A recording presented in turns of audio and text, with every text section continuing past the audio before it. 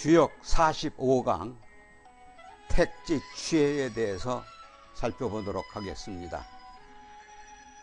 어느덧 주역 강론이 45회차를 마주하고 있습니다.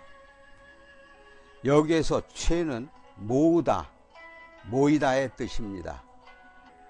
집이라는 글자와 상통하기도 하는데 아마도 우리 일상생활에서 가장 많이 쓰이는 단어는 발취 정도일 것입니다. 가려 뽑아 모으다라는 뜻입니다. 모을 취는 풀이 총생하는 모습입니다. 취의 괴상은 땅 위에 연못이 있으며 그 연못에 물이 모여있는 모습을 뜻합니다. 택은 비하를 의미합니다. 그 물이 흘러 만물을 생하게 하니 취라고 하였습니다. 또한 취께는 이양사음인데 사음이 이양 중심으로 모여있는 꼴입니다. 그래서 취라고 합니다. 학괴 곤의 상은 순이고 상괴 태의 상은 열입니다. 기뻐하면서 따르는 만민이 모여드는 상입니다. 태극의 괴상으로 보면 다음과 같습니다.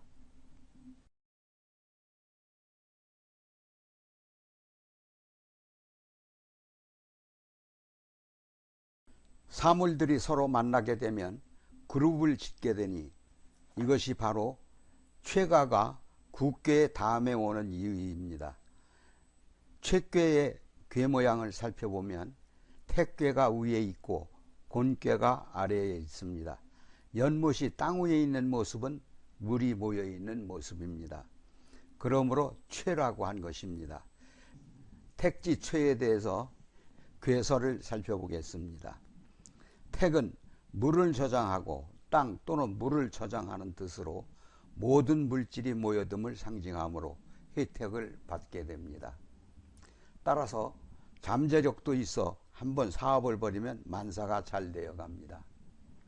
그러나 너무 성급히 나아가다가는 실패하기 쉽고 남의 비난을 받기 쉬우니 대인관계를 원만히 갖도록 노력해야 합니다. 총서를 살펴보죠. 운세는 모든 일이 상승 기류를 탈 때입니다. 감정도 풍부해지고 인간관계도 원활합니다. 이쪽에서 먼저 교제 범위를 넓혀나가면 반드시 유익한 관계를 가질 수 있습니다. 비교적 좋은 운세지만 이것을 다른 사람과 공유함으로써 운세는 더욱 상승하게 됩니다. 다만 지나치게 신바람 나서 지출이 많아지면 가정 내에 풍파가 일게 됩니다. 초년은 사고 없이 지냅니다. 중년은 크게 성공하여 이름을 떨치고 음흉한 계략에 말려 재난을 겪거나 만사를 공명정대하게 처리해 나가면 자연적으로 재난이 물러나고 복록이 돌아옵니다. 말년에는 다소의 파란을 겪고 배신도 당하지만 참고 견디면 집안의 도움으로 풀리고 안락한 생활을 하게 됩니다.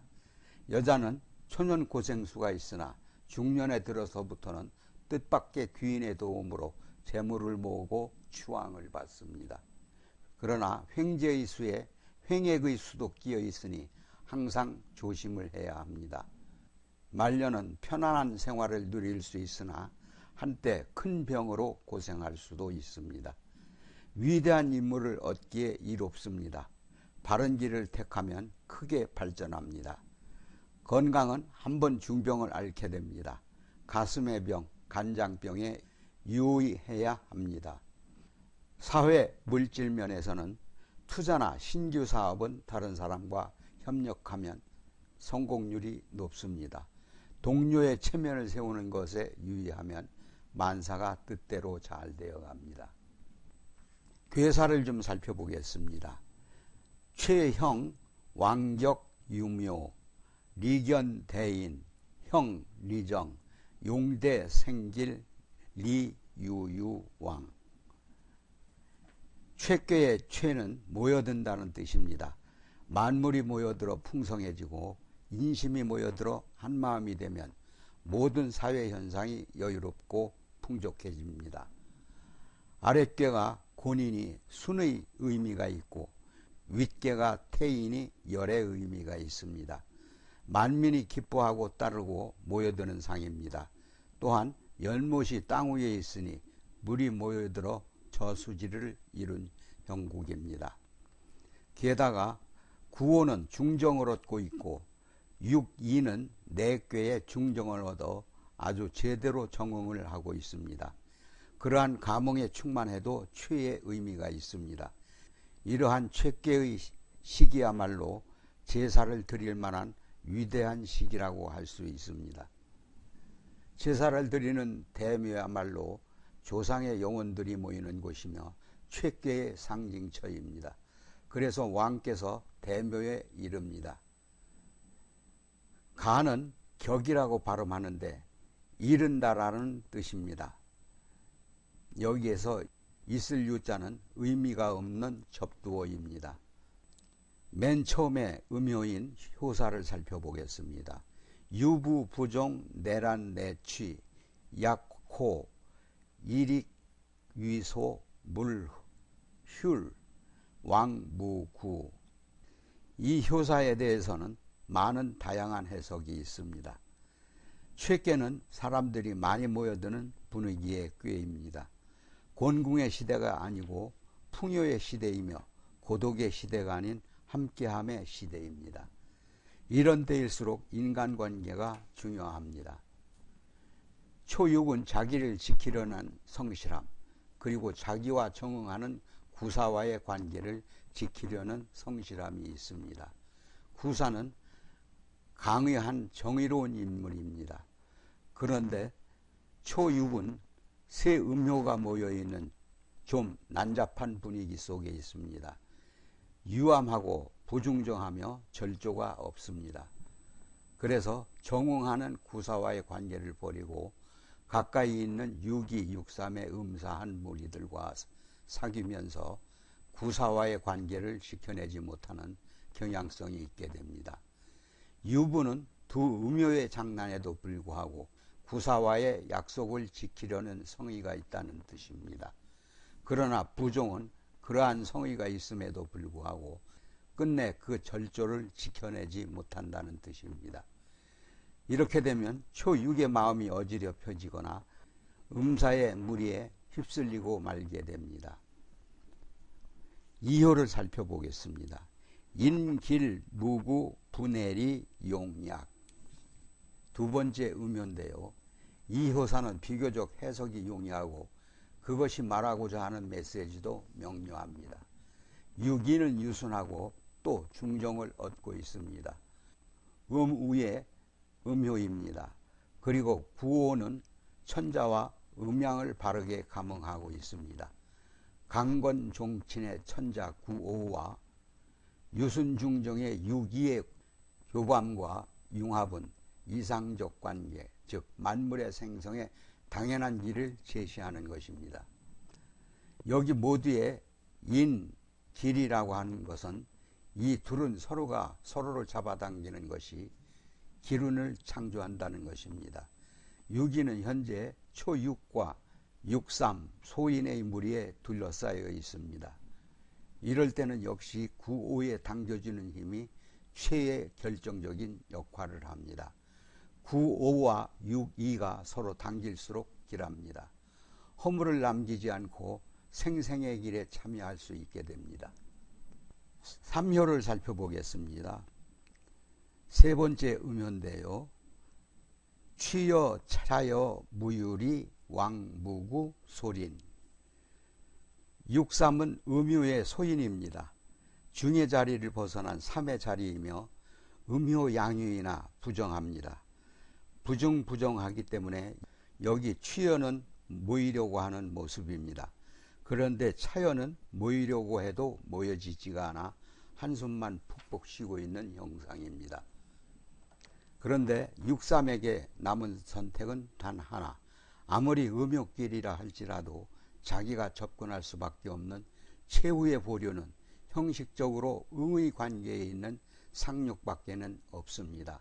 그는 상륙의 한 곳으로 용감히 나아갑니다. 상륙의 상께 태의 최상위이며 열의 상징성이 있습니다. 그는 찾아온 육삼을 유순하게 받아들입니다.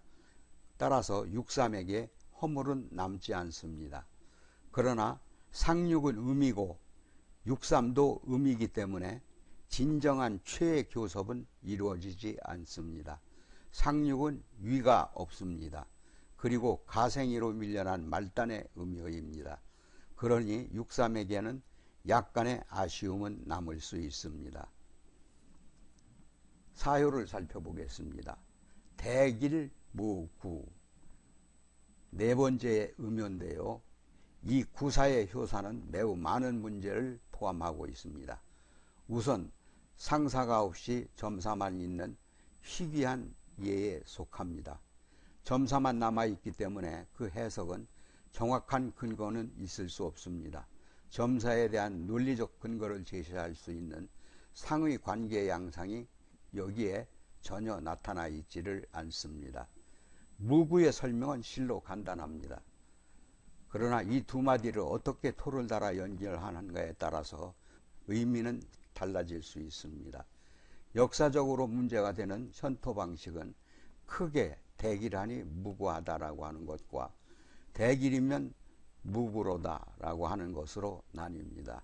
전자는 대길하도록 진선의 노력을 하여 그런 결과를 얻으면 허물이 없다는 논리로서 철저한 동기주의적 윤리를 표방하는 해석이고, 후자는 대길의 결과를 얻어야만 결과주의적 윤리를 표방하는 해석입니다.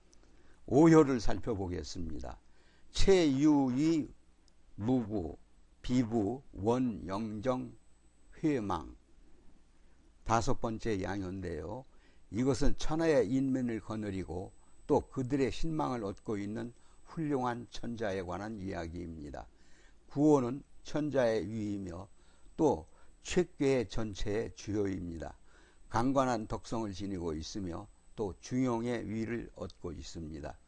중종의 지도자이며 학계의 중이와도 정응을 하고 있습니다. 위대한 지도자는 민중을 품을 수 있어야 합니다. 또 그들의 진정한 사랑을 얻어야 합니다. 여기 최유위라고 하는 것은 민중을 모으는 데 적합한 위를 지니고 있다는 뜻입니다. 취함에 위가 있다라고 해석합니다. 위와 덕을 다 구비하고 있으므로 기본적으로 그의 다스림에는 허물이 없습니다. 그런데 그 다음에 나오는 비부는 그럼에도 불구하고 다스림의 행위에는 성실함과 신엄이 통하지 않는 상황이 있을 수 있음을 보여줍니다. 비부는 두 가지로 해석됩니다. 첫째는 구호에게 신복하지 않는 자들이 있다는 것이고, 둘째는 구호의 지도자들에게도 민중에게 믿음을 주지 못하는 상황이 발생할 수 있다는 것입니다. 육효를 살펴보죠. 맨 꼭대기 음효를 말하는데요. 상육은 모임의 꾀의 최후의 효이며 유약하기 그지없고 또 유의가 없습니다. 친구를 모으려고 백방으로 노력하지만 아무도 응해주지 않습니다. 그러니 슬플 수밖에 없습니다. 사람이 모이지 않는 모습은 고독합니다. 따돌림 당한 느낌이고 여기 제자라고 한탄하는 모습입니다. 채는 눈물이고 이는 콧물입니다.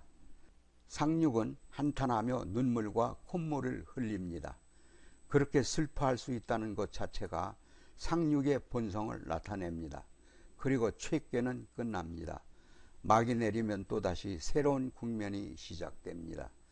눈물을 흘리고 콧물을 흘리며 슬퍼할 수 있다는 것, 그 자체로 상육에게는 허물이 없습니다.